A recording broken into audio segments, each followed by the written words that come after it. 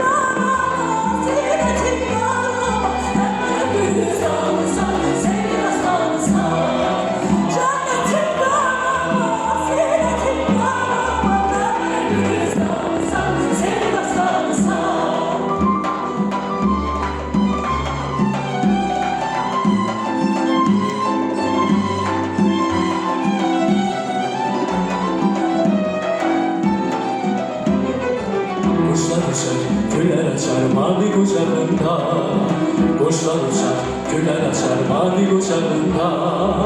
Hara baksan sövk alacaksan, senin İsa bulağında.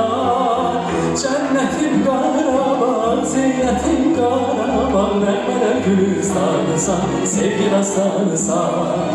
Cennetim Qarabağ, zeynetim Qarabağ, Rəhmərə Gülistanısan, sevgi dastanısan.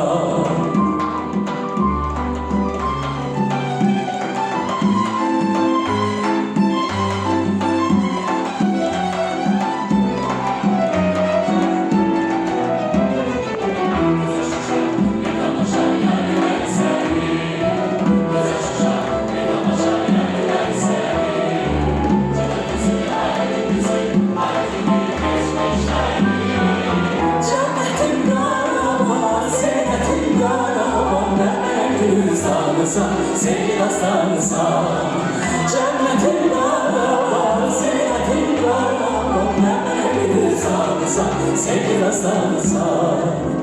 Sen bizimsen, durdukça bedende can.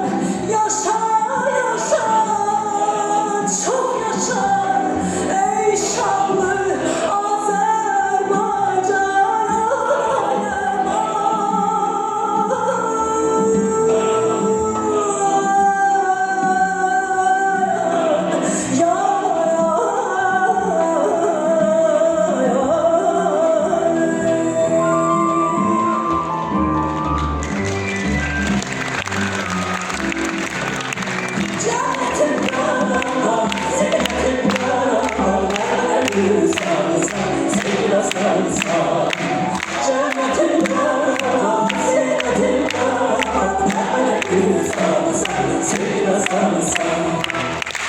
Yaşasın Qarabağ, var olsun Qarabağlı Azərbaycan. Çox sağ olun və Rəfiq Zəka Xəndan bu